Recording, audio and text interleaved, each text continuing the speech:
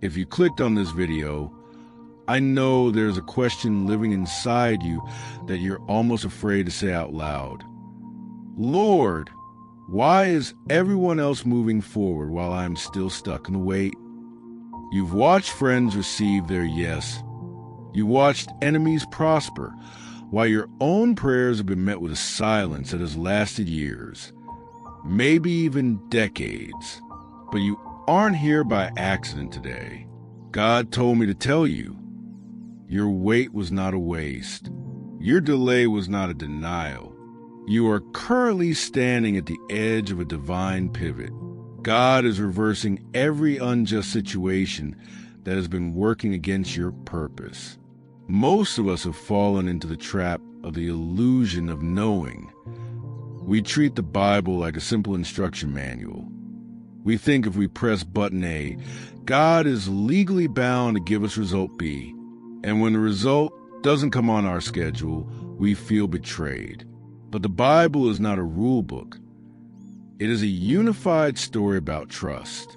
We live in chronos, minutes and seconds, but God lives in Kairos, the appointed season.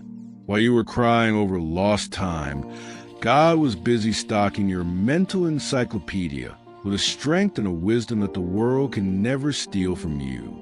He wasn't ignoring you. He was preparing you for a weight of glory you aren't yet strong enough to carry. Think of the life of Job.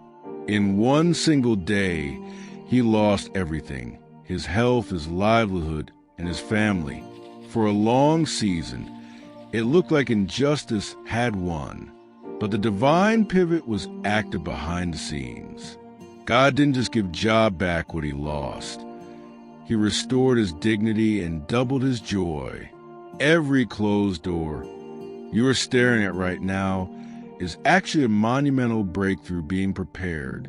God is dismantling the systemic obstacles that have blocked your path for 15, 20, or even 35 years. He is turning your prison cell into a palace transition, just as he did for Joseph. The very situation the enemy meant for your destruction is the exact stepping stone God is using for your promotion. How do you survive the silence? You practice Hagah. In Hebrew, it means to mutter or speak quietly. When the world is loud with lies, you mutter his promises. When the enemy whispers, "It's over," you mutter, "The Lord is my restorer." When your bank account says, "Lacking," you mutter, "The Lord is my shepherd." Your words create your reality. When you hag on his truth, the Bible stops being a dusty book on a shelf and starts being a mirror where you see who you truly are in Christ, victorious, chosen, and never forgotten. If your heart is burning because you know this word is for you, I want you to make a move of faith right now. Type "restore" in the comments.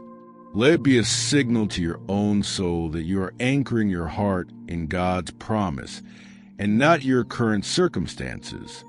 Father, I pray for the one whose hands are tired of holding on. Lord, break the spirit of frustration tonight.